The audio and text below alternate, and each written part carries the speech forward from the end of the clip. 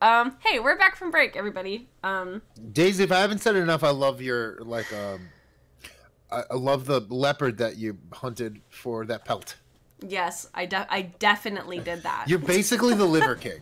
You're basically the Liver King. The Liver King. Oh my god, those TikToks are really unbelievable. That guy really is kind of out there. Hi everybody, we're back from break. Hey. 1 minute to 9 o'clock, and guess what? Our guest is here. Our guest Arnold is here. Sheila, I'm gonna pan over to you to say hello. Okay. Yeah. Yeah, well, welcome to the show. Remind us where you were that you saw this great artist, like, with the porcelain dropping, like, describe a little bit more about that, because I know that we, like, jump cut from, like, doing our tech issue, but... So I am at McDowell, I'm at McDowell Artist Colony, and that's in Peterborough, New Hampshire. So whereas in other parts of the country, like down in Virginia, it is warming up, here it is cold and snowy. So it's an artist community. It was an artist colony started in 1907 by Edward and Margaret, I think, McDowell. And so there are 32 artist artist studios here. And so artists of all kinds come, and you get time to work on your art. You get time to, as a storyteller, I get time to work on new projects. And I just saw a visual artist who has basically what were barns that have been turned into a studio. And so she can work on these really huge paintings, really huge programs. Just it's been amazing. And there's lots and lots of artists here. There's very creative people here. So it's really fun, and I get to be one of those creative people right now. Although at this particular moment, watching that person with their art that's been in the Guggenheim and is over in Spain and is over in Sweden and over in all these places that I'm like, wow. I'm pretty much feeling like I don't do much.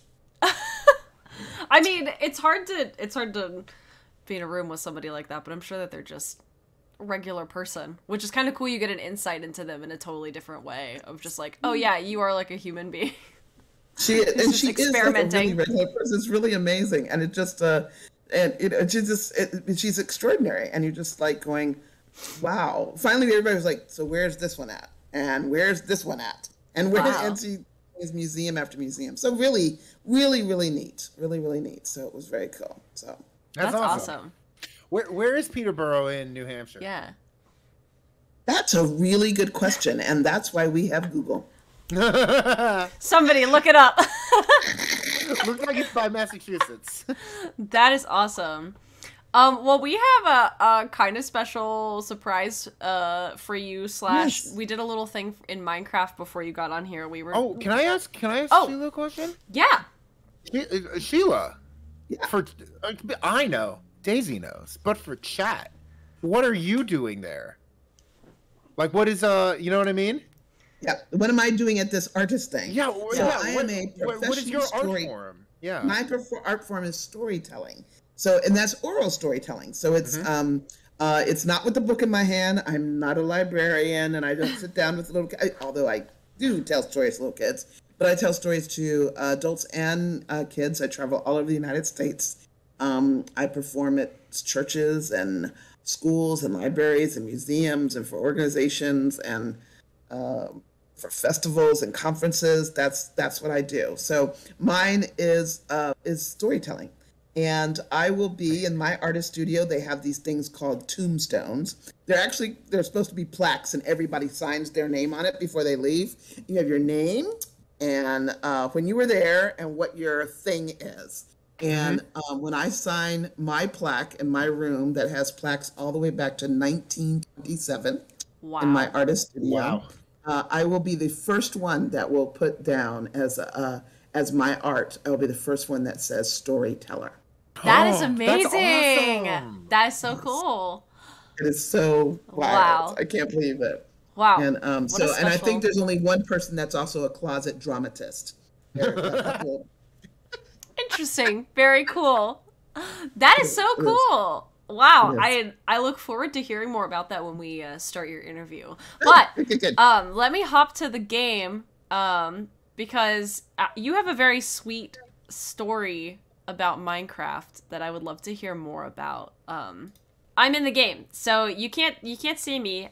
You've seen what Daisy sees in the game. Yes, yeah. I'm seeing what Daisy sees. Yep, perfect. Okay, so Dom and James are also here, and James... join me on the roof, Daisy. Oh, you're on the roof? Okay, so Yeah.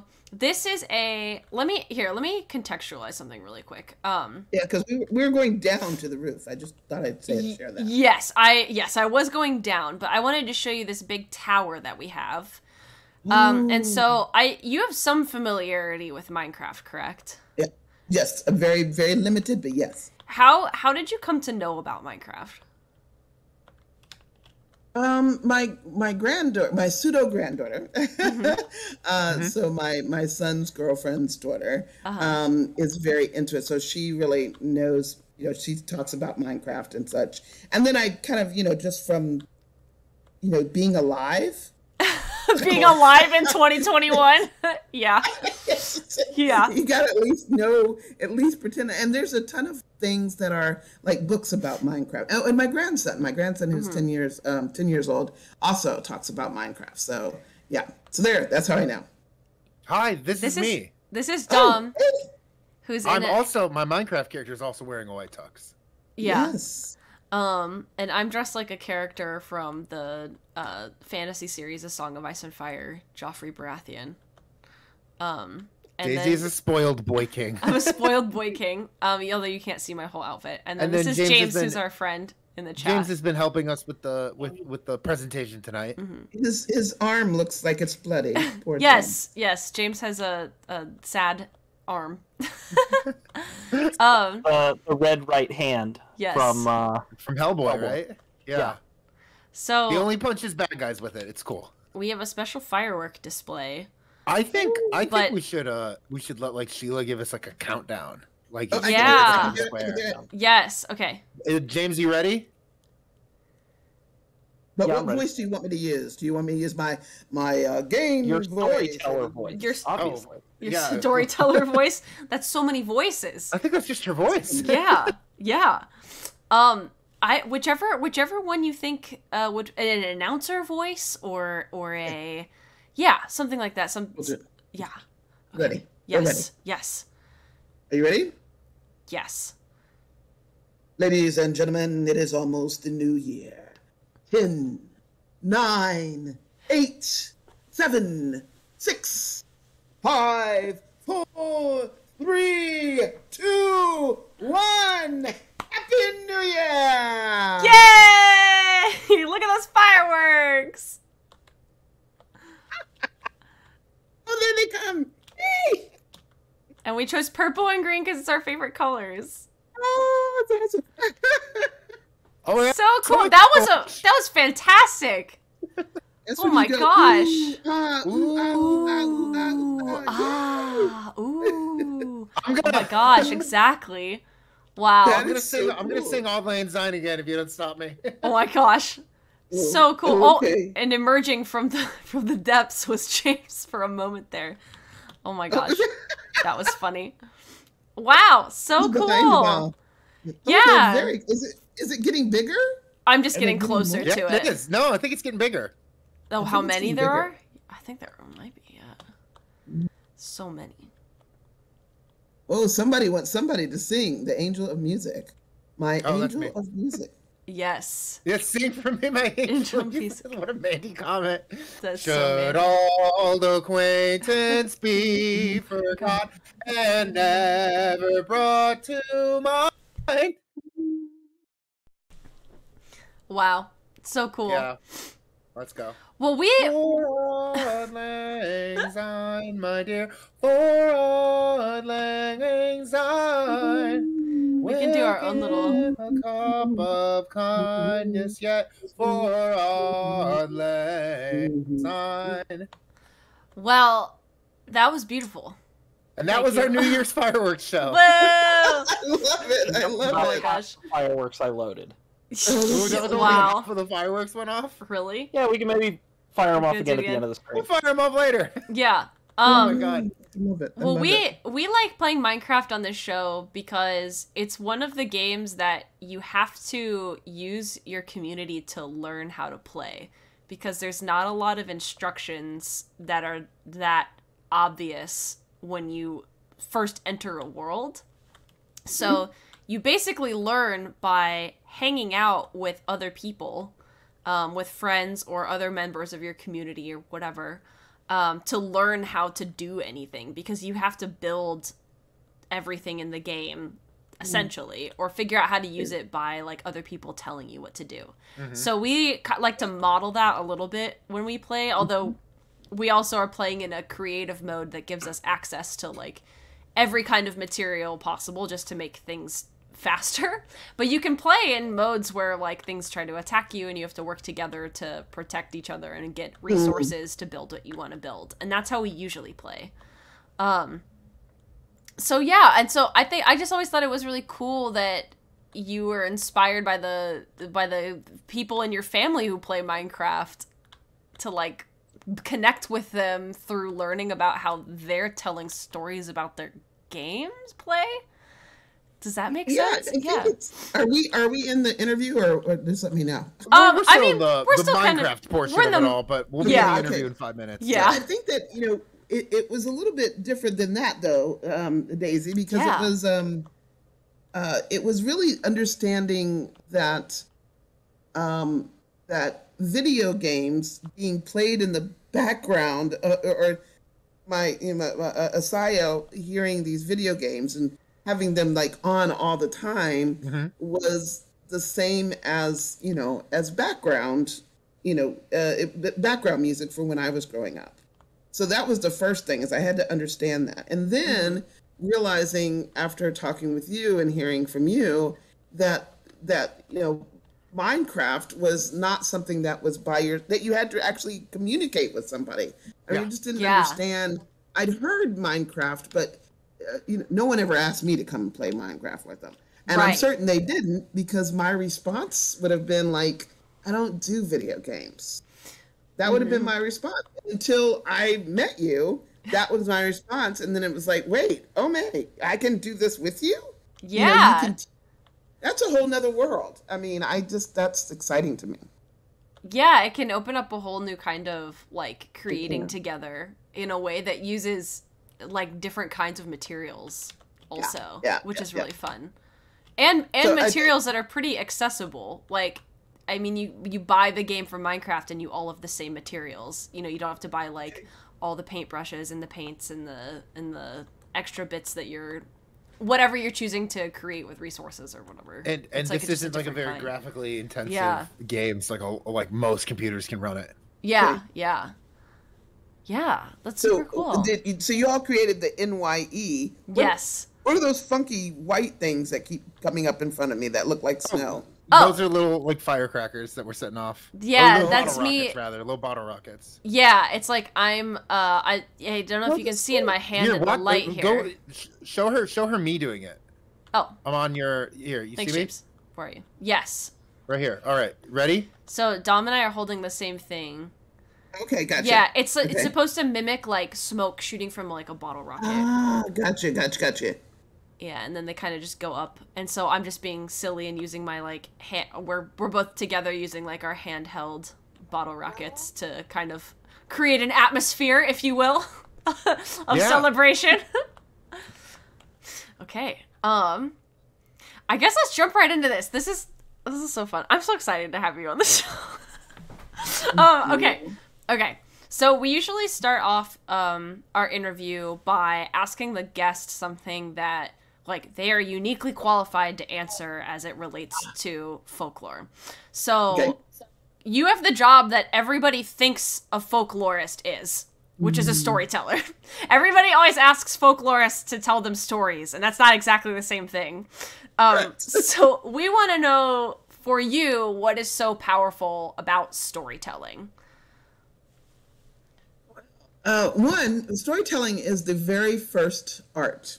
So it's the very first way we had to share what was going on. I'm imagining, some caveman or cavewoman, doing something, and they have to come back and they create a group of people and they start sharing what happened in that day. So that's number one. So it's the oldest that we have of everything, way to share what's been going on and a way to share information that's really important. And then secondly, the reason that it is one of the best ways to be able to help people to be able to imagine something without having to live through it. That's number one. But also be able to change what their thought process is. You can educate really well, you can train really well, and then you can inspire and you can change people through what story does. So I think that's really it right there. And it's told well, it's like having a movie in your mind without a movie. Oh, that's a good way of describing it, yeah. Mm-hmm. Yeah, how did you get started as a storyteller? How do you become a storyteller? It's called you talk a lot and you get in trouble in school, and they send you send notes home to your parents, and they say things like Sheila participates too much, or oh my God, could you please ask her to shut up? Things like that. That's the kind of things you get sent home to. Oh my gosh! Wow, what a complaint. So I had started doing, I did my first play in acting when I was 8 years old on stage. Wow. And then I did my first performance solo where I did a story poem. I did that when I was 10 years old and I won on that. And then in my household, we have stories. My dad tells stories. We were people that sat at the dinner table, and my parents would, we had these 3 little girls, and all 4 years apart. And my dad and mom would have stories just going over. I always say they went over our heads, just went over our heads. Back and forth, we could see the stories flying over our heads all the time. And so eventually I began to work at Colonial Williamsburg, which is a historic living museum. And I was a storyteller there. They asked me, and I'd been telling stories for a while back then. Just to my son and to his school class. I was the parent that embarrassed their child by arriving at school all the time and doing stuff for the kids. Mm-hmm. And so I had already done that, but then they paid me to be a storyteller. That's pretty good. And then I just I had the opportunity in 2003 to step away from my job and begin to tell stories because people were asking for more. And that's what I've been doing ever since. And a lot. You have to read a lot of stories. You should read some stories. Yeah, you should know some stories. You should practice telling stories. That's the other part as well. I was very fortunate. I had I was very fortunate that I have a lot of natural talent, probably because I talk a lot. But I also was in positions where I was always being able to share and such. So that's important. And I love to read. So when I was a kid, I was reading everything. And you kind of put all that together and you put it in a good mixing, and you shake it up really hard. And sometimes out comes a good storyteller. That's all that.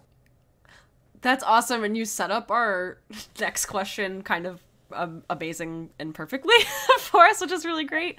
We were curious about what the difference between working at Colonial Williamsburg 25 years ago and Mount Vernon last year is. Like, what are some of those differences in space as like a storyteller and the kind of work that you were doing there? Well, it was at Colonial Williamsburg. It's not quite 25, but it's 20 years. 20 years. 19 years ago, I was at Colonial Williamsburg. And, wow.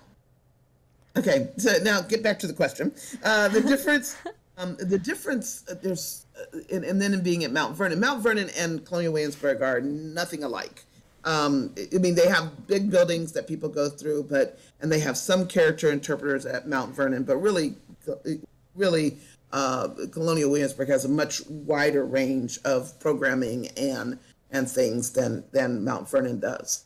But the thing I think that was most fascinating for me is when I was at Mount Vernon, I was really focused on learning about one of the, particularly the relationship of Martha Washington with her personal maidservant, Monet Judge, who ran away in the last year of George Washington's presidency. And I portray her as, in different history, I portray her as an old woman at the age of 73. And so I really was there to kind of find out that. So what was really interesting is that the conversation for a long time, conversation about those who are considered slaves, was surfacey, and it's not that anymore. It's very intense and very deliberate and very focused, and wanting to make sure that we're telling the stories of all the people that were there. And that George Washington and Martha Washington can be called founding fathers and mothers, and that's great, but they could not have been that had they not had people that were doing the work to allow them the leisure to do what, would help to build a country. Absolutely. Yeah. So let me just back up just to clarify. So like in your work last year, I guess what has been the biggest change for you over time that you've seen as like a performer in these kinds of roles at each location as well? I think the biggest, this is going to be that's a really hard question to ask right now. Okay. Because things are changing kind of crazy right now. Fair. Yeah. That might be the way to answer it. Yeah. It's just, I don't, I honestly am not certain what it's going to be like to go to certain school districts anymore and go to certain places and perform. Wow. Because we've had so many things up in the air, and I'm not supposed to be political on anything, but reality is that people have made up different ways of thinking about history right now that make no sense. That there's certain things that people don't want talked about, and it's like, how do we deny that history? And so I'm really curious about, so far the places I have gone have been over eager to make sure that I'm sharing the other parts of history, not just one linear version of, not linear, one viewpoint of history, and they want that to be shared with their students. But I got a couple places coming up that are very conservative places, and I'm curious how they're going to be. It's been 2 years since I've been there, and a lot's happened in those 2 years. Interesting. So I don't know if that really answers your question. I don't know. I can honestly say I don't know how some people, some school districts and some areas and places I've gone before are going to react. That's so fascinating to think of. I mean, you're right. Like, I can totally see how right now is a particularly like precarious time to be a historic storyteller, particularly in the kinds of stories that you are interested in telling. Yes. It's so fascinating. Well, I hope to see, I can't wait to watch you as that progresses and those performances happen, and to hear more about them, because I think that will be really insightful about, I don't know, our current state as a nation, I guess. Yeah. We have a lot of work to do on history part. We're not really, we got a lot of work to do. We have a lot that we should be talking about, but people are sometimes hard pressed to actually listen to one another so they can have that conversation. Yeah. Well, speaking of the other kinds of work that you're involved in too, and like things that have changed for you over time, you are co-founder of Assist, right? Artists Standing Strong Together. Could you tell us a little bit about that and what it's like to attend an Assist meeting? Because I attended one, and I can add to it as like a person who both was an observer and participant in one. But yeah, so what is Assist, and what's it like to attend a meeting?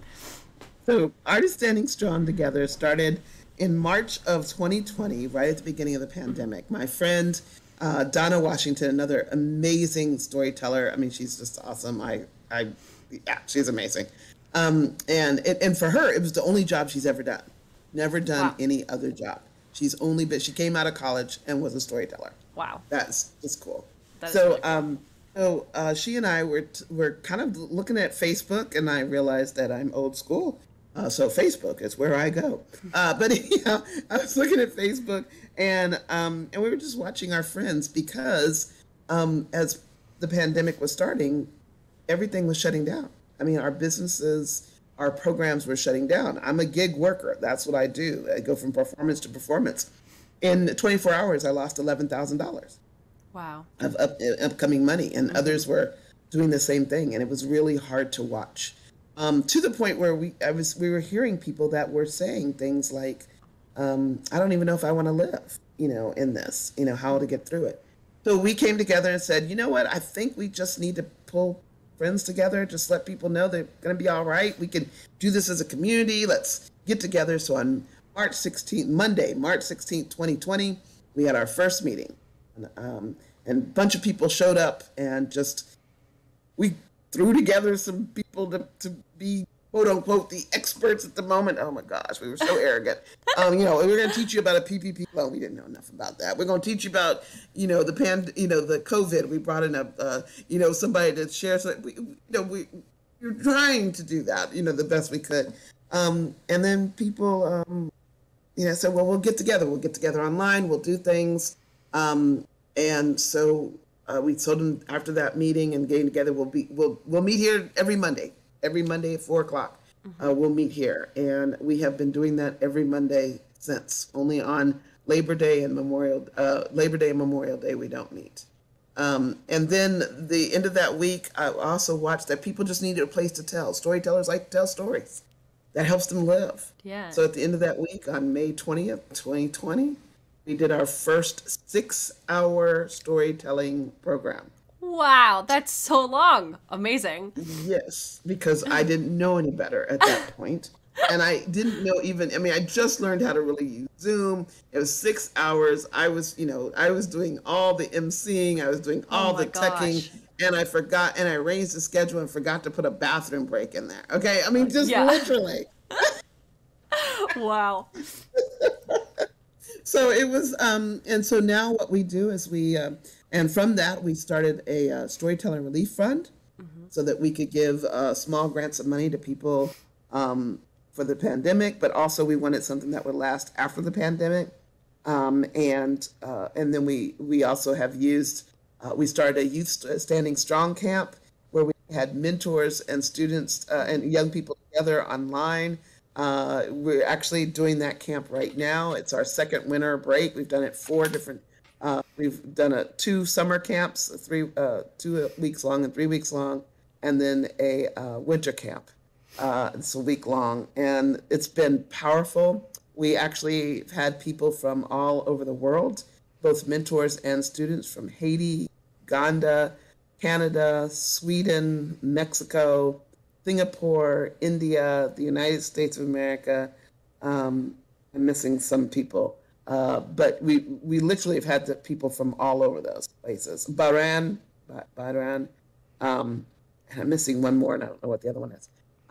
So we work with these kids all over the world, and with mentors all over the world. And then we do programs. We do 4 programs every month. They're free. They're open to the public. They're great, and you see storytelling of all kinds. We have our adults only storytelling program, which is starts. It's the second Saturday of every month, from 10 p.m. till 12 midnight. We just do a lot of things to keep people alive, and then we do professional development. Every Monday we do professional development, and Daisy was a part of our professional development.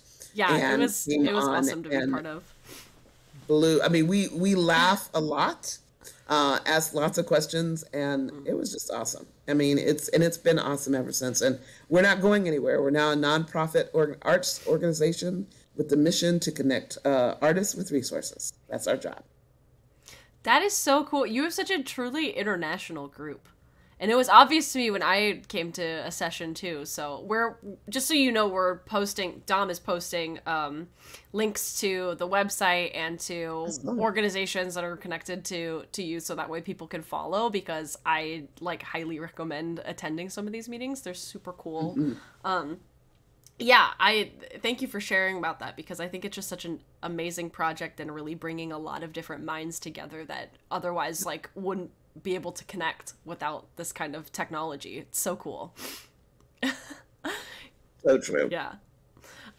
So I have another question, kind of more about performance and some of your personal work. Okay. A little bit. how do you make folklorist Zora Neale Hurston a character that you play? Like, how do you prepare yourself to play a character as a storyteller?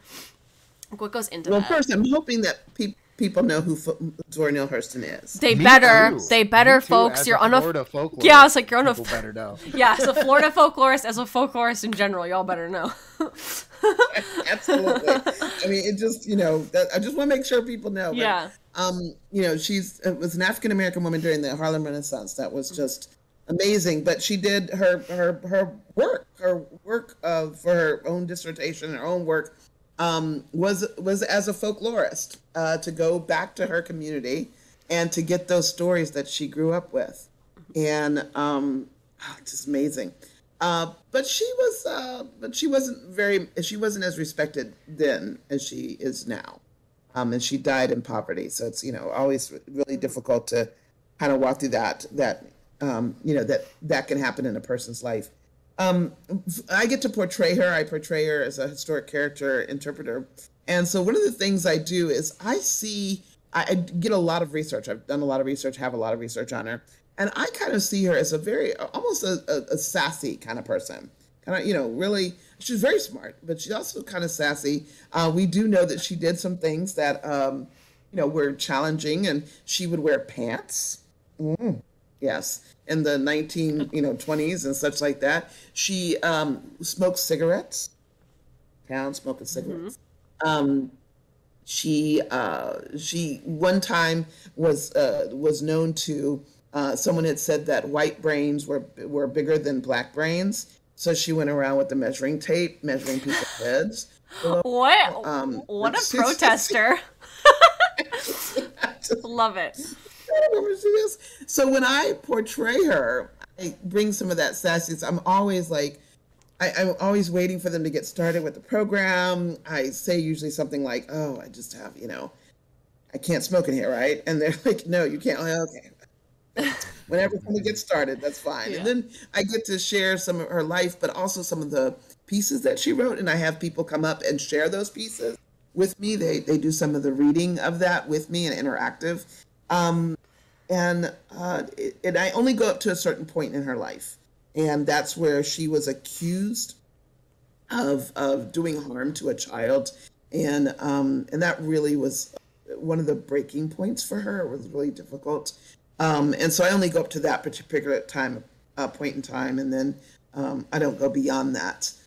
Although later on, after I come out of character, I'll share about it. But but the stories that she shares, I always share at least 2 of those stories, and just kind of go through and say, which one of the 2 stories am I going to share this time? She always starts her piece, as Zora Neale Hurston always starts with one of the stories that was in her book, Hills and Men, and I love that because that's what she gave so much to, particularly to the African American culture, to have those stories written down and then be able to trace them later on back to other stories, that may have come as far as from Africa. And then, of course, further than that, when you start looking at how far back certain stories, the bones of certain stories come from.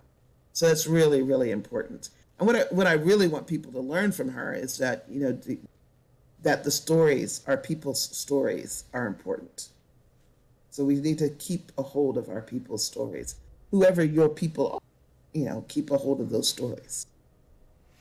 Yeah, that more than answers the question for sure. It was making me think when we were researching questions for you, and again, I always forget to say this at the beginning, but there's a team of us at Folkwise who make the questions. It's not just me and Dom every week. It's a whole team of sleuths, and they're wonderful and intrepid and gorgeous and smart and talented, and they should never use their powers for evil because they find so many things on people that are just profound and amazing. Oh, yes. But one of them in particular, who was also interested in the theater, was curious about the sort of like gaps that you're describing in performing a person. Like, it doesn't say that, Zora Neale Hurston would be anxious or annoyed that she couldn't smoke at a particular building, but you are like filling in that gap through the performance, which I think is so cool and profound and difficult. It's not easy. Yeah. Yeah, you got to find, because you have to make it real. So I just have to think, and here's the thing. In her time period, everybody smoked inside. Yeah. So yeah. The fact that she would have gone someplace and they would have said, you can't smoke in here, would be like, what? So yeah, of course she's going to have an attitude about it because, it's so far from where they were in that time period. So you do fill in blanks, but you fill them in kind of, fill them in with reasonable hypothesis, with reasonable work. You do as much evidence as you can find, as much evidence as you can find. Then you make reasonable guesses, and that's what you do. But then you stay true to who the person is. Now, I don't know who was the theater person. I think that was somebody, somebody or another. It's not. It's not Death Lorist. It's our compadre, Cara Becca in the chat. Cara Becca. Okay, good. So one of the things is that she lies. Zora Neale Hurston lies. Zora Neale Hurston lies about her age, and she lies about where she was born. I remembered that. She does lie about that. So I remember that. When I portray her, I have to portray her sharing the lie. I can't portray her telling the truth, which means that sometimes there'll be people in the audience that go, that's not true. And they'll question when I'm in character, they'll say, are you sure that you were born in such and such a place? And I react as I'm certain she would have reacted. Like, of course I was. Were you there when I was born? I'm pretty certain I know where I was born. Right. If they ask me about my age, she's one of the few people I actually give an age for, because I always make the age the lie that she tells, to make herself younger. And so, and then when I come out of character, that's when I have to tell, those are two things that were not true. Yeah. So. Death Lorist could potentially be converted to a theater person. I love that. That was a great line. We are joking because, as Death Lorist mentioned earlier in the chat, that we have a sort of running theory that folklorists are also secretly like theater kids in high school or in college, or did some kind of theater or performance-based art form at some point in their lives that led them to this field in their later life. And you are just confirming that for us. Maybe on the show. This is what I found out from storytellers. Storytellers are either theater, librarians, or teachers. I get it. That tracks. That makes sense. Yeah, that makes a lot of sense. Every now and then, the lost accountant. The accountant who's like, oh, my life was too many numbers. I gotta do something else now. Exactly. That's awesome. Oh my gosh. Very rarely politicians. Yeah. That's also interesting too. I mean, because politicians in a way are their own kind of storyteller, but very different kind. Interesting. Yes, they are, but they are not. I've never met anybody who was a politician that became a storyteller, but they're great storytellers. Yeah. You mentioned in your bio that you or like in your response to us when we asked you to fill out that form. That was really helpful, by the way. Thank you for filling that out because it helps us make better questions for you. Good. That you draw sometimes on certain folk tales to talk about social justice related issues. What kinds of folk tales do you draw on? Because I think when people hear folk tales, they don't immediately connect social justice. So I'm curious which stories you're drawing on. Oh man, I teach a whole class on this, so it's one of my most requested classes now. Wow. Because it changes, really, because people are challenged to take some leaps and some steps that they don't usually do. So the thing that I really start people with are Esop's Fables. Mm-hmm. And what I start them with is to see an Aesop fable and to find one that actually speaks about their life, or I don't even let them choose. I give them an Aesop fable and I say, I want you to come up with something that this Aesop fable connects to in your life. And then let's tell a story. Either tell the Esops, you can, put your names into the Aesop fable. You can change it around just enough so it relates your story, or you can tell the Aesop's fable first or last, and then your story is a parallel to it. And that is usually how I began, because people, when they see an Aesop's fable and they really take a moment to think about what their life is, they can usually find something. So, for instance, let's see, I'll do one for myself. So there's an Aesop's fable that is about a stag who's running through the forest, running away from a hunter. He gets into the forest and he sees a thicket, and he goes into the thicket. And when he gets in the thicket, he's in there so well that the hunter doesn't see him. And the hunter doesn't see him, and he's great. But then the stag starts to look around and realizes the thicket has these really great leaves. And so he starts to chew on the leaves, which makes the thicket move. And although the hunter doesn't see the stag, it shoots into it anyway, because it sees the things move. Oh. And the end of it, basically the moral is, I should not have taken advantage of what gave me shelter. And helped me live. And I relayed that to a part of my life where I had an ex-boyfriend, and who I gave a ride home from down in North Carolina back up to Virginia. Along the way, my car broke down. Mm-hmm. And he proceeded to curse me out for all I was worth. And the next day, I broke up with him. And he learned very quickly, you should not mess with the people that provide you help. Yeah. When you were, and so it was just a complete, and people were like, oh, I get that. Mm-hmm. So that's where I start. And then we start to look at, larger stories. What are some of the folktales and fairy tales, and how do they relate? How do we create folktales and fairy tales that can be social justice?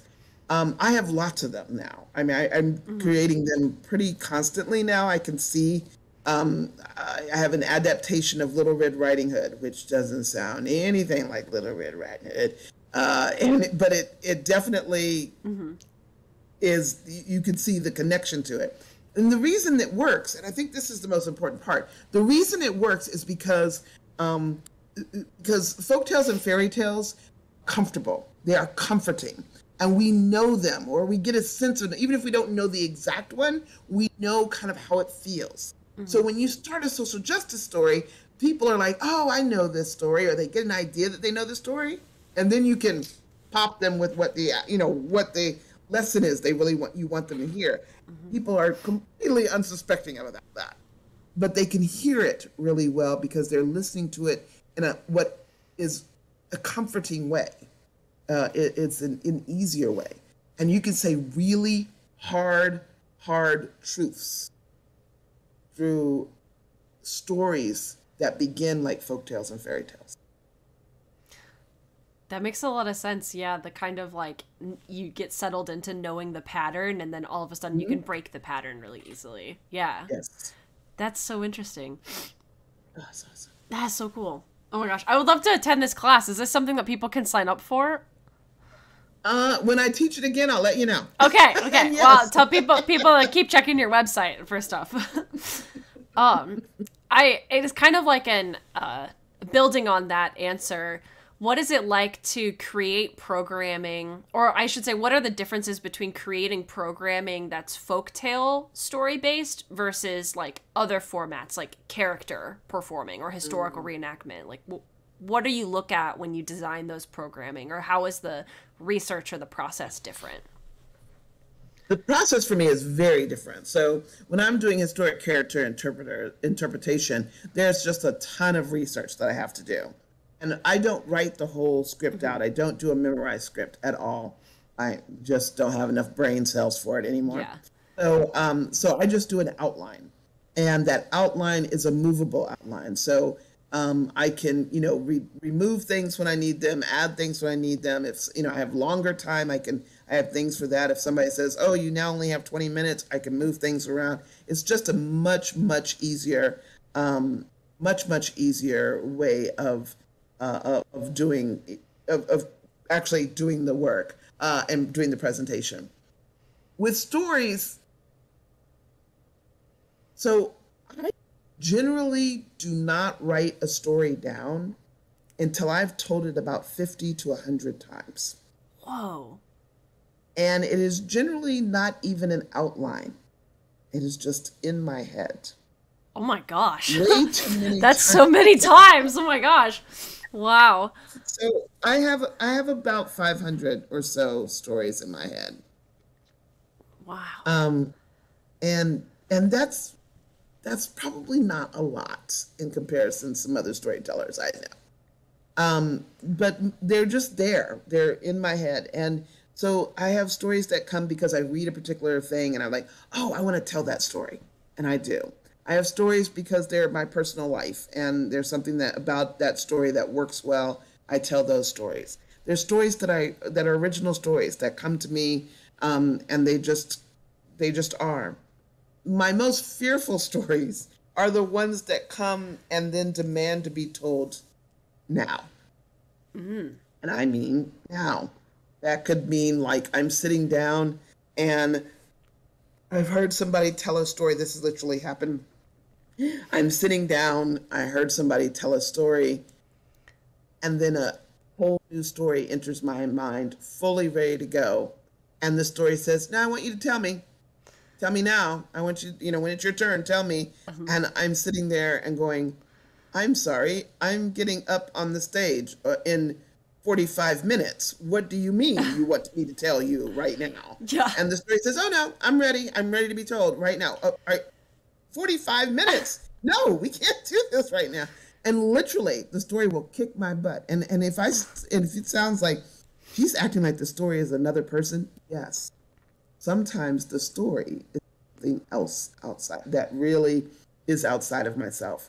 And there have been many a time I've walked on stage with a story that has just come to me within the last 24 hours or to just 30 minutes before I got up there on that stage. Wow. That is so...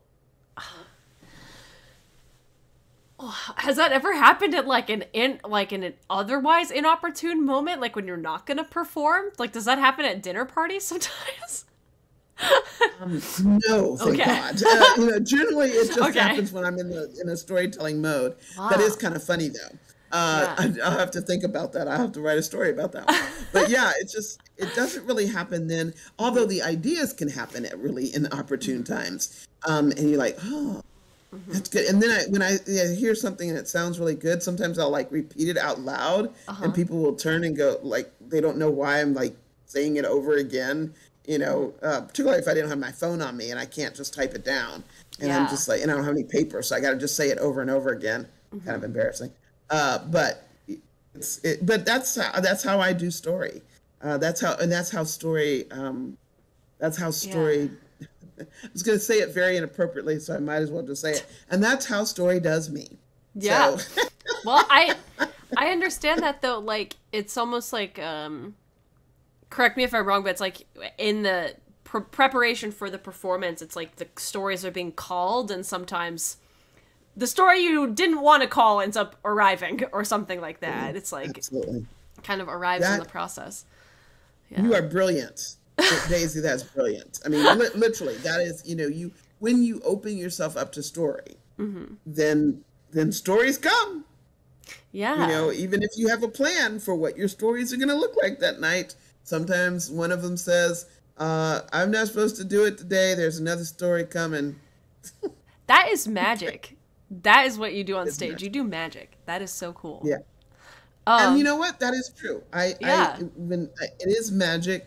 It's still work. It doesn't mean just because I have stories in my head, I still have to look at the audience. I have to judge where the audience is. I have to be careful with the story. I have to fit into a timeline. I still have to make it interesting. I can't have my therapy on the stage if I'm doing a personal narrative. So I still have to make sure that the audience and I are connecting and that the story is doing its work as well. And so that's the work and the practice. And so having a bunch of stories in your head is really great. Then how you deliver those stories, that's what takes the time and the practice more so than anything I do. Well, and another piece of that work too, I imagine, is like the collection over your life and your experience over time and the practice performing, like all of that goes into what ends up coming out like in a present moment on the stage too. That also went into that story and the development of that process too. So I think people forget that they're getting back paid for all of the work that they've already done too when they bring like a talent like yours into a space. So I think that's like really special also. And you got to keep up with it. I mean, I haven't in a while, and it really presses on my soul. But for a long time, I was reading a folktale a day. I was reading I just had a book, and I'd read one story, one folktale or one fairy tale a day, just to be in the habit of the story structure more than anything else. And every now and then, one of them might be good. Them were not. But that wasn't the point. The point was to continue to keep myself, as you put it so well, Daisy, to continue to keep myself open and the stories called. I love that. That's a brilliant thing. Somebody write that down for me so I can use that later on. Well, you've given me wonderful metaphors to talk about this show with too, which we will get to in a second because I have some funsy questions for you. Are you ready for some fun stuff? Okay, I'm ready. But we're done with the like more serious, intense portion. Now we're doing some silly questions because I think they're fun. Could you tell us about like a profound experience you've had while telling a story at an event? And profound, you can take that in the direction that you want. It can be silly, it can be it can be intense, whatever direction that strikes you. Okay. Then I'll do one. So I was in character. I don't even remember what character I was portraying. I was on stage. I was at a middle school. I was and I'm in the middle of my thing. Oh, I have two of them. Oh, which one should I share now? I mean, you're gonna get two. So More. I'm in the middle of the program at this middle school, and all of a sudden, this middle school girl stands up. She says, she has fainted. She has fainted." What? So this girl. Oh my gosh. Sitting beside her had fainted on the ground, and this little girl go up and just like, she's fainted. Oh my gosh. And everybody was like, huh? They didn't know what to do. And so right then I broke character immediately. Yeah. And I said, "Thank you for letting us know. Now this is what I would like everybody to do." And I took complete control. What? Of the entire entourage. The teachers were there because everybody's just kind of like, what do we do? Because you're just not expecting it. And the person's performing. What do you do at that moment? And I said, "Okay, this is what we're going to do. Teachers, I need somebody to call the ambulance." "Oh, yes." And then the other teachers, if you will take all the students out that particular door in that direction, that would be lovely. Someone is going to come over here to this young lady right now. Oh my gosh. And so I'm directing all this is going on, and the principal is getting ready. And so suddenly all the teachers are activating, like, "Oh, okay, yes, that's what we're doing. We're doing all this." And it was so funny. And so then the ambulance comes, and we've taken care of the young lady who was who fell out and passed out. She was diabetic, so that's what happened. And then we took care of the young lady that stood up to say all this and got everybody out with no problem. And afterwards, the principal comes up to me and says, "Well, you did that quite nicely." Yeah. I said, "Well, I had no choice because I was the one on stage." And, there was everybody else. It wasn't that they didn't know what to do. It's just that you're at that moment, like, we have to change your whole brain space to go from, we're listening to something. So it was my job to make sure that I was right there. So that was one of them. That was very profound. And the other one, oh my gosh. So I'm at an elementary school, and I'm in Virginia Beach, Virginia. I live in Hampton, Virginia. Mm-hmm. We have every military, every type of military service there. And so we're always having people from the Navy come home and always greeting people and It's always there. So I'm at this school in Virginia Beach. It's a high amount of military folks that have been there. Kids' fathers and mothers are always deployed and coming home. So I'm in the middle of this piece that I'm doing and this storytelling that I'm doing. And all of a sudden, the principal comes walking down the middle of the aisle. His kids are, they're all being very great. She said, "Come here. Come here. And I'm like, "Oh." Yeah. I said, "Yes." She said, "I need the microphone." She takes the microphone at me, and I don't know if I've said something. I'm running through my head. What did I just say? Did something wrong? I have no idea. So I kind of go over and I sit down, and so she takes the microphone. She said, "Children, how many of y'all have somebody in the military that's not in here right now?" All the kids raise their hand. How many of y'all? Da, da, da. So she's just talking, and all of a sudden, this man comes in, who's a sailor. He comes in. And he just walks in the door, and the kids are listening to the principal. And then eventually the kids turn, because you're curious, they turn to see who's coming in the door. And then this little girl goes, "Oh, Daddy!" And she jumps up and she runs to her dad, who has just been brought into school because he just got deployed. He just came home from deployment. Oh my gosh. I am a military brat. Yeah. I remember when my daddy came home. I am bawling. Okay, I am weeping. The teachers are weeping. The kids are clapping. It is a moment. Yeah. It is just beautiful. And so then there's hugs, there's love, there's applause. The father walks out, the girl walks out, the mother come with her. Everything is good. And the principal turns around and hands me back the microphone and says, "Continue on." You're like, how? That was the performance. How? Oh my gosh. Oh my gosh. Wow. I can only imagine you're like, okay, I guess we're going to transition from that to whatever I have for you today. Okay. Yeah. Oh my gosh.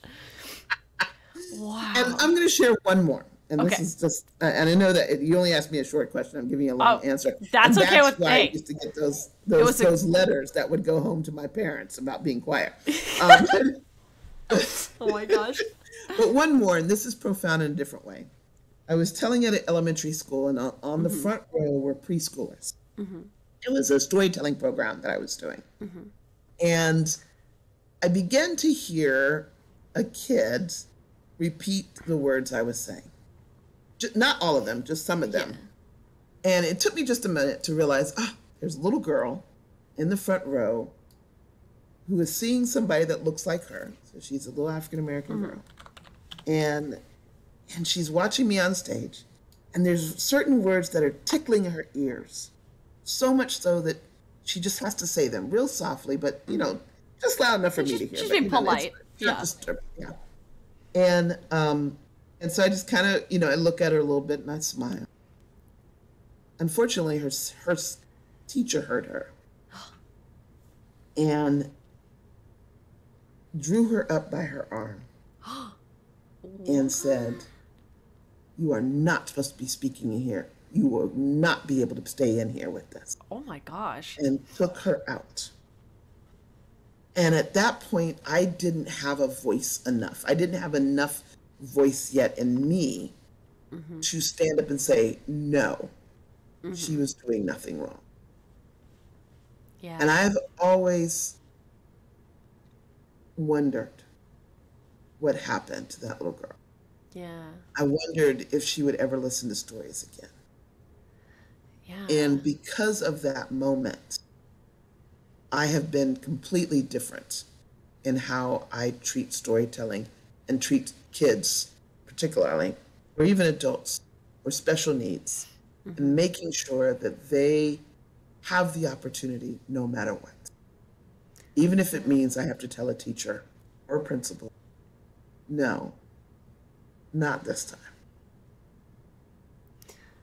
That's such an important, that's an important, story to tell other people that, I don't know how, I'm glad that you had a moment that clicks for you like that, because I feel like a lot of people, even when they're performing on stage, or they're the person who's leading a group or whatever, don't know how to break character back into that. And it's interesting to hear you describe it as a moment for you that, I don't know, helped connect between those two kind of, you as the performer in context, and then you as a person in real life who's in this experience or having this experience. Yeah. Oh. I hope that they remembered you. I hope they have. Yeah. But it makes me. I'm not crying this time, which is good. But it makes me. It is the most painful memory I have as a storyteller. Is that one moment, that little girl. But I will never. It will never happen again on my watch, ever. Yeah.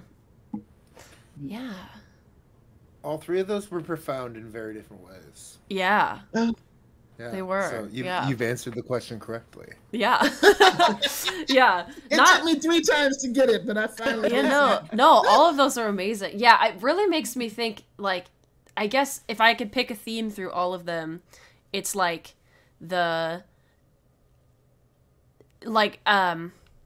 explaining in detail the relationship between the performance and the audience, or like that when you do a performance, it's as much about everybody else in the room as it is about what you're saying in your role. And I think that all of those experiences really highlight how important the like negotiation is. Like, even when you switch, like, out of character, you're the one who's still commanding the audience, because everybody becomes, like, part of a trance in the midst of a story, and they're like, well, you're the one with the microphone, and you're like, I guess I am! I have to rise to this, or whatever. Yeah. Yeah, no, it's very true. That relationship is something special that, it sounds like you're mastered in your life at this point. Yeah, that's so cool. I have oh no! Are you with us? Oh no! Oh no! Oh no! Are you still here with us? Your camera turned off. Your camera turned off, but you're still here. I don't know why. It just did. Now I'm on screen. Hi. Oh, there, I switched back. Oh, okay, you're good? Are we back? Okay, you're back. We're back. Well, I guess good transition then to our other funsy question. We have a Virginia question for you, and I'm going to be completely honest, I don't know that much about Virginia, but several people who are part of the sleuthing team know a lot about Virginia. Okay. And this one is kind of for Dom in particular. We want you to sell Dom on the fact that the Chesapeake Bay Bridge Tunnel from Cape Charles to Norfolk is better than the Chesapeake Bay Bridge, Sandy Point to Kent Island. Can you sell him on this? Do you have an opinion? The background being I used to live on the Eastern Shore. Oh, and what was the other bridge? So, like, the one that goes from Annapolis to the Eastern Shore is less good than the one that goes from the Eastern Shore of Virginia to Virginia Beach. That would be true. And why? Why? Oh, just a better bridge. A longer bridge. It's, better bridge.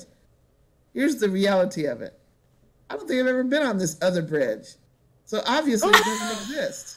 So the only real one that exists is the one that I've been on. Yes, that's true. Whoa. You've never been to the Kent Narrows. You've never been to Sandy Point State Park. You've never been to Talbot County, Maryland. Actually, now that I say all these obscure things as if they're things everyone has done. Yeah, I was like, Dom, I've never... What are you talking about?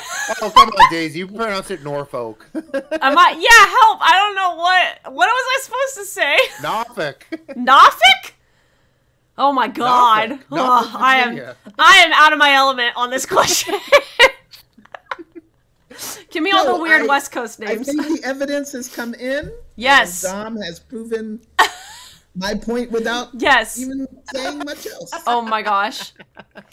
I have another one that maybe is a little bit more relevant to your personal experience, but a member of the Folkwise Sleuths graduated from high school down the way, Lake Braddock. Okay.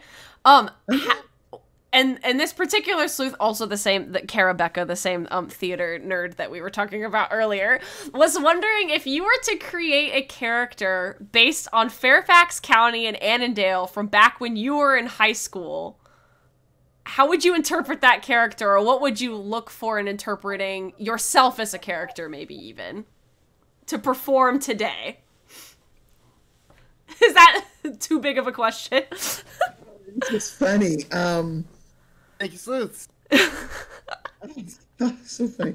So I went to Annandale High School when Annandale High School had 13 Black students. And I mean, 13. So I can count them on my hand. We had way more than 13 students in the entire school. Wait, how you got to 13 on your hands? Do you have a condition? Add my extra fingers. And the extra, yeah, we got, yeah.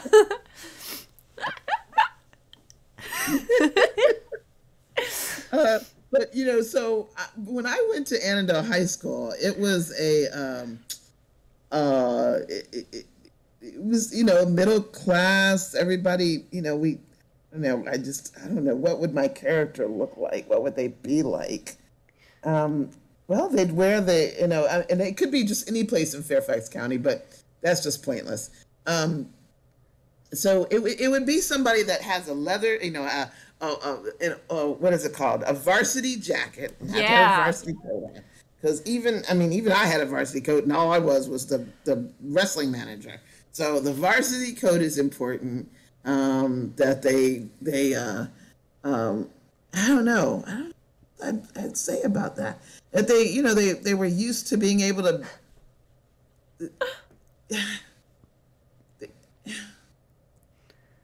What kind of music were they into?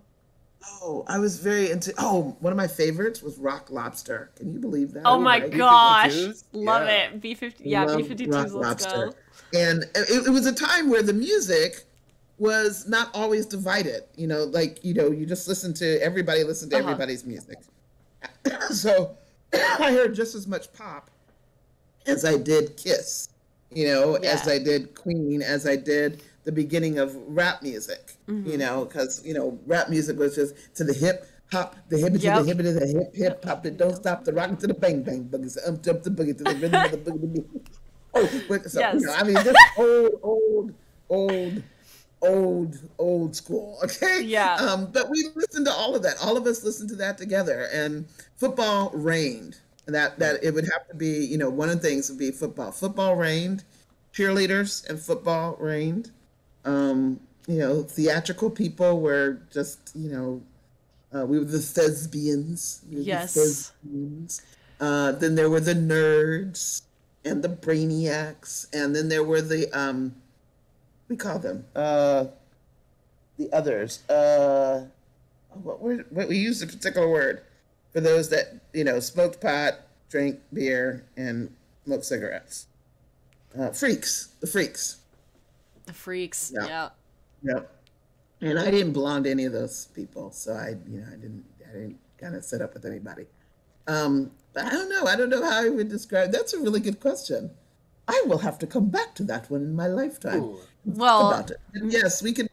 We definitely have. You know, we definitely have a varsity coat on. That's all I know. Everybody had a varsity jacket. I guess part of the, you know, like peek behind the curtain of this question is like thinking about using stories as like a recontextualization of your past or of a character's past or something. And so we were curious how you might imagine like your life in, you know, Annandale High School as a character that you perform today or something like that.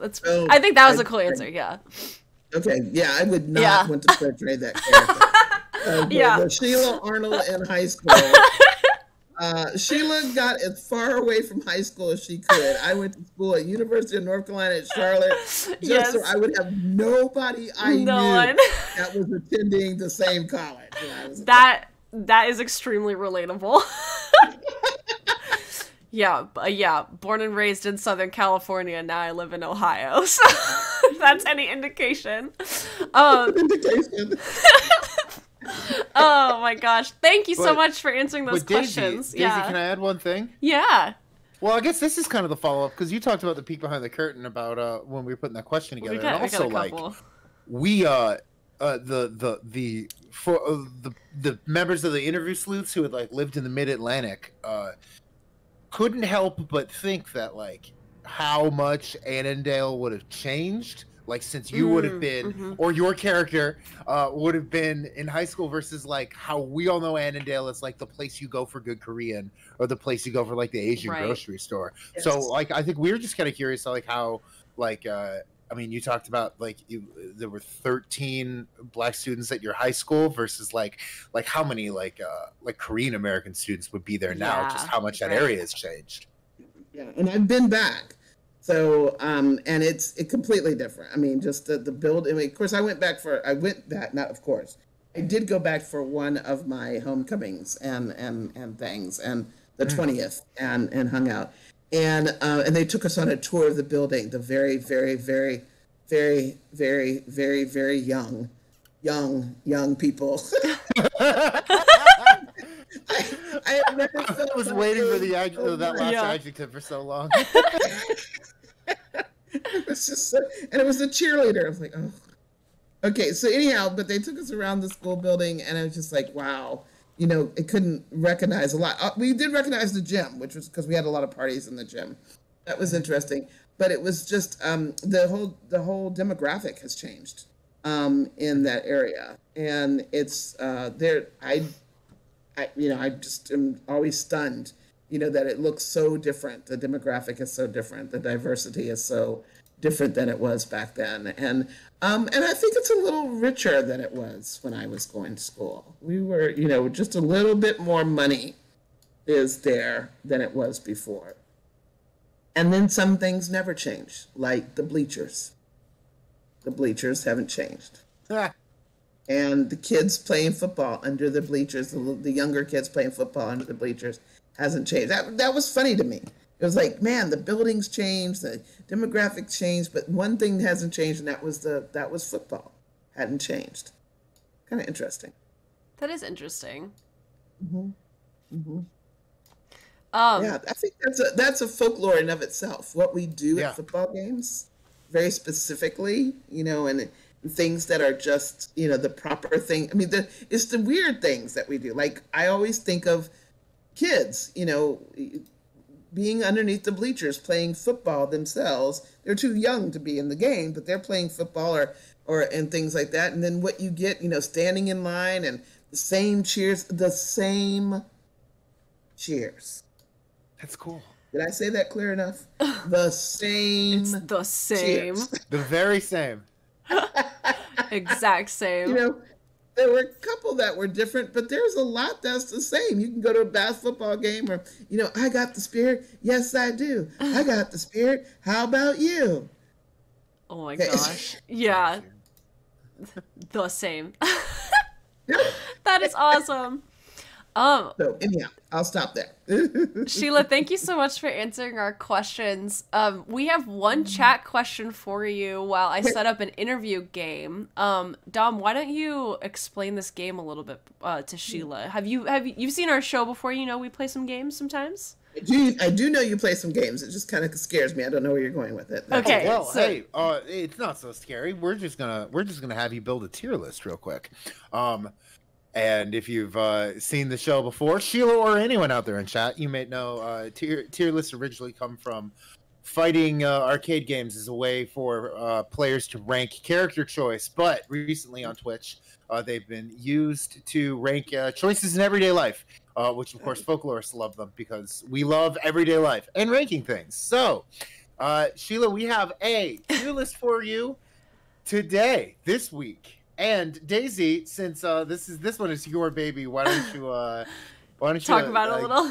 Yeah, tell Sheila what we're just getting into here. Sheila, we would love for you to rank forms of storytelling, as exemplified by different types of large nonprofit organizations. And so you're ranking them on a scale of like personal interest or however you see fit, but our scale ranges from S, which is the best masterclass, #1, your favorite thing to listen to, all the way down to D, which is you don't have time for it, you don't care about it, take it off, you'd never want to hear another story told like this ever again. Does that make sense? With things that are below? Yes, and I will. Yeah, Daisy's gonna read them off to you. Yeah, I will go. Okay. Yeah, I'll go ahead and read them off to you, so that way you can see them. I will put them wherever they want, and this is your tier list. They could be all S, they could be all D, they could be something in the middle. Doesn't matter to us. It's your creation here. So, first on our list, we have Humans of New York for this type of storytelling. Yes, that would be a D. Oh!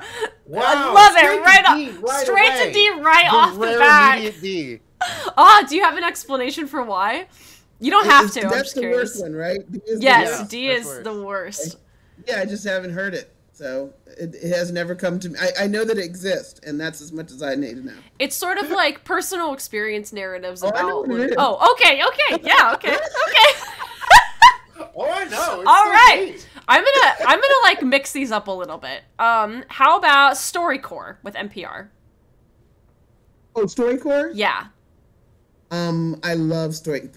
It would be an A at least. an A. Storycorps is Okay. fantastic. You could change these as we go along too, if you want. Okay, What do yeah, you like an about A, Storycorps?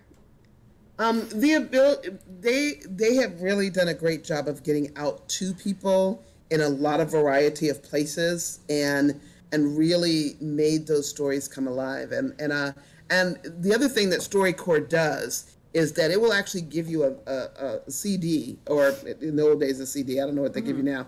Probably a download of the story, particularly if it's of a family member. They also have booths where you can actually, not just Storycorps on podcasts, but they set up places where they want you to they want you to interview, like they want a kid to interview their grandparent and such. One of the very first stories I ever told, I did at a Storycorps thing, and it was about why I became a storyteller, and I told it for my son, and I still have those copies. No. That is so cool. I didn't know that they did that. That's really cool. Yeah. What about the Moth? Have you heard of the Moth? Really went there, didn't you? Yeah, we did. We did. This might have been the first one we came up with. This whole tier list might just be get Sheila to have a riff hot on some take about stuff. the Moth. I have some really great friends that are a part of the Moth, and they are fantastic. B. Okay. We can handle that. I like that take. There are some good people involved in Moth.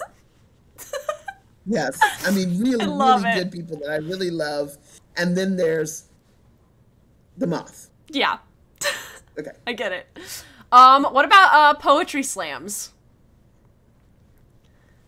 I like most poetry slams, so I would go with more of an A, not quite because the S thing is supreme, right? Yes, That's at S the top. yes. Mm-hmm. So yeah, it's an A. I actually enjoy poetry slams. Those are pretty good. Above or below Storycorps? Which do you like more? Oh, definitely below Storycorps. You're not going to get anything. Yeah. Okay. Cool. Yeah. So. What about TED Talks? Some of the TED Talks are really good. So, yeah. Above the Moth on a B level. Okay. Yes, Okay. but above the Moth. Okay. Not quite at A, because there's some that you go, why did they let this person speak? Very fair. Very fair. Yeah. What about Mortified? I don't even know what Mortified is, so that's a D. So. Okay, Mortified. We can also leave it off. It doesn't have to be Yeah, right. is that the one that's they just tell stories and they're things they've never told before? It's and, like it's like things where usually people are reading their like middle school journal to an audience or something. No. Yeah, okay, now I know what you're talking about. No, D. Above or below? Do you have an E? Do you have Oh an my F? god. Sheila, you look like the meme of Captain Picard, like with his holding his face in his hands. Oh my gosh. Just so you know, this is like perfect. They were not designed for you to like them all. We are so glad that there's some here that you were just like straight to D, please. This one might also be, well, I don't know. I don't want to influence your decision, but Okay, yeah. How about corporate storytelling seminars? Actually, okay, so I'm going to have to tell you that it depends on who's teaching them. Okay, that's very fair. And so I can do it. I can actually do an A because the people I know who teach them after Poetry Slam are really, really good. I'm sorry, I can say it like this: are really damn good Very damn yes. good. And that is because I am one of those corporate people. Cool. That's corporate workshops on storytelling. Nice. So, yeah. That is cool. Yeah, I think that they can be. I think having an intimate group talking about stories too can be really cool in a way that some of these other ones are not so intimate. Yeah. How about talk radio, like AM talk radio, person's on the line telling a story right there, straight into your ears.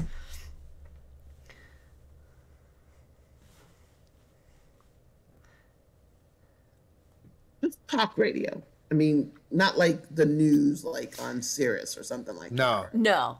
Oh. Yeah. I think talk radio has been one of the most dangerous things we've ever had in our country, actually. It could be at D, as far as I'm concerned. It's one step above mortified. Okay. Okay, great. One of the most dangerous things in our country. A step above mortified. Mortified being we don't talk about mortified anymore. we don't engage with that level of cringe from childhood. And mortified might be the most dangerous thing to happen in our country. People, I mean, why? Why would you share those things? Why would you? Oh my goodness! It's just, and then you're upset if somebody says to you, "What is wrong with you? Why would you say that?" You're like, "I'm just sharing my old self." Oh my God! Please. There are cooler ways to do it. I promise. And last, but certainly not least, we have sermons. Which I always remembered fondly from going to church when I was a kid, feeling like the sermon that was given was such the way I connected to the Bible. Yeah, I have some before TED Talk, and it would be, and again it's all depending on who's there. So it's a B, but it's before TED Talk. It's the highest B. Or the it highest could be an A, and it could be after whatever that thing is. So either one. But it's so I just want to let you know that some of our best people that tell stories, including lies. There's a whole section of storytelling called lies. Yeah, are actually preachers. They're preachers, like really ordained preachers that tell these stories, and they're fantastic. Yeah. So I think that when a preacher or someone of faith is a good storyteller, that is, I mean, Jesus, I always say, as a Christian myself, Jesus was the best storyteller there was. And if you don't believe it, then I can just say the prodigal son, and most of you all will know that. Pretty daggone good. Yeah. So I suppose the only A would be, S would be artists standing strong together. Yeah, I was gonna say, what is your favorite? Yeah, what would you put at S tier? But artists standing strong together. There we go. Shameless self promo. Love it. Drop it in chat right now. Sheila, thank you so much for playing this game with us. No problem. But I will encourage people to check out Storycorps. It's really in particular if you have a way to bring it to your community. I just saw their truck down here last week. Yeah, it's really, really important. And we need those stories. Our country, we as people need those stories. We don't need to forget. Yeah. That was fun. Yeah. And you really got me on mortified. Well, on a scale from the what is invisible, artists standing strong together, all the way down to past what is the most evil thing on earth, talk radio, mortified. This is our tier list of forms of storytelling as brought to you by Sheila Arnold. Thank you so much for your wonderful interview. Thank you for being on the show. This has been such a treasure to have you. I'm going to switch back to just your face, and so the tier list is off screen now. Daisy, if I can quote talk radio, thanks Daisy, thanks Sheila, I'll hang up and listen. Oh my gosh. Oh, thank you so much. That was great. Thank you guys. Oh, it's so great to be here. Thank you for all that you all have been teaching me about how I can communicate with the young people in my life. I really need that a lot. And you've taught me how to do that, how to find the folktale. And I know I'm out of the interview now, but it's been really important to learn how because now I know that folklore exists and in video games, and so I actually have something I can share a young person. Even if I don't understand the game, I can explain certain things that are in the game and such. And Phantasma, is that the word? What was it? Phantasma? Phasmophobia. Phasmophobia. Yes. That was And a fun I sat down one. with my granddaughter and said, "Oh, I know about this game," and she's like, "Really?" And then I showed her. I watched you all. Yeah. I actually went to your Facebook Aw. page and we watched it together. And I was like, "You see that? That's a smudge." And we talked about what a Yeah. smudge actually was, and we just talked about those things. And thank you for what you're doing. Mission And, accomplished. Wow. Mission accomplished. Oh my Wow. gosh. Hey, I earlier, can't- Sheila, you asked what the ladder was for, and Oh, yeah. chat. This is about time where everyone gives Sheila a ladder or a GG if you don't have it. Thank you so much for coming on. Everybody posts ladders for Sheila. GG stands for good game, and ladder is like our sign of support. So thank you so much. This is awesome. Thank you. The chat will be Yeah. the chat will be posting ladders for you. Yeah. Wow. Yeah. What am I supposed to do with them? Love it. Love and them. cherish them. Cherish them. Okay. Yes. Yeah. I even get the wolf. Yeah. Tasmanian devil. Yeah. Tasmanian devil. Yeah, it's pretty cool. Yeah, we Jeff Morris liked me. He really liked me. He really liked me. Jeff Morris likes me. Oh my gosh. Death Loris is awesome. Oh, Caitlin, thank you so much. Awesome.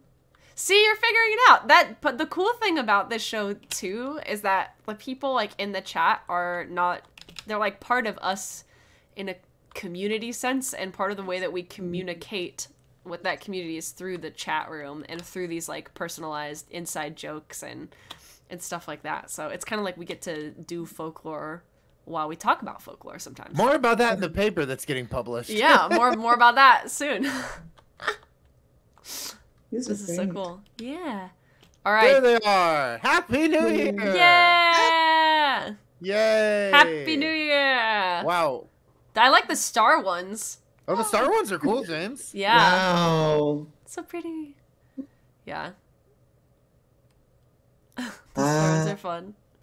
Folkwise This is alive. Oh my gosh, we had somebody make a song for our channel. It's pretty good. Yeah, have we you should seen check that, it Sheila? out. I don't know if We you have like a fan Yes, I video. want to hear this song. Oh my gosh, it's on our YouTube channel. Somebody. I'll find it posted in chat right now, actually. Yeah, post it in chat. You can Our like, pull it up. new guy neighbor, one of our avid chatters and friends and followers of Folkwise, like auto-tuned a song of us. It was really fun. Yeah. It's so cool. Yeah, it's pretty cool. I love these fireworks. They're Yeah. so Aren't that cool. fun? Yeah. It is. It's fun that you can do that in yeah. Oh, there's more. James, are you like stopping and Happy starting New over Year, there? everyone. Happy New Year, chat. Yeah, we will see you all in 2022, which is Yeah. wild to think about. It really is. It I mean, really like, is. do you remember like when we started this? I mean, more reminiscing like this in February, but Yeah. like, can you just like imagine last? I mean, last January. oh, there's more. Yeah, last January. Last January, Sheila, Last- Dom, and I had basically spent the whole month trying to figure out how to do streaming on Twitch. Yeah. and to make this a show. And so we spent the month of January doing that. We had our first stream in February. And so we're going to do a big year celebration. But it'll be cool to enter into the new year with all kinds of big plans. So It everybody will. stay tuned. We've got big plans. I will. I'll pass on what somebody passed on to me, that we might want to be careful, quote unquote, saying 2022. Yes. Because it could sound like 2020. Oh, Or 2020 two. again. No. That's 2022. 2022. Oh my gosh. Listen, 20,000. So we're like 2022. Oh my gosh. Yeah. 2K22. I'm gonna throw the odd in like my grandpa Klein. Oh my gosh. That's good. The odd. The Ot. like 20-aught. Like he 22. said 20 odd. He called 2004 2004. Oh my god. That's so funny. It's great. 20 odd. Yeah. I'm with that one. I'm with that one. No repeat. Oh my gosh. All right, folks. This has been great. okay. Should we take it out? Probably. Should Chat. Seneca? I have a great New Year's. My favorite Yeah. call. And stay if you can't stay healthy, get well soon. And you know, I love all of you. I love this community, and I don't know. Sheila gave a great interview, and I'm just feeling like emotional about Folkwise in general. I know, me too. It's pretty awesome. I had to get you on screen again to show your very cool suit that you only bring out our to New have Year's, your New new Year's, suit. Yeah, our New Year's costumes. Yeah. Yes. Thanks everybody. You know, ladders and GG's for Sheila again, and we will see you in 2022. We'll see you in 2022, and we'll be playing we're playing Calico. Oh with, yeah, we're gonna start playing Calico with Ellie Levy. Oh, I'm so excited about that. I'm really excited. It's cat game. All right. The age of the horse girl is done. The age of the wolf girl is on pause. It's Cat Central over summer. here. Cat Girl Summer. Early. All right, bye everybody. Have a great night.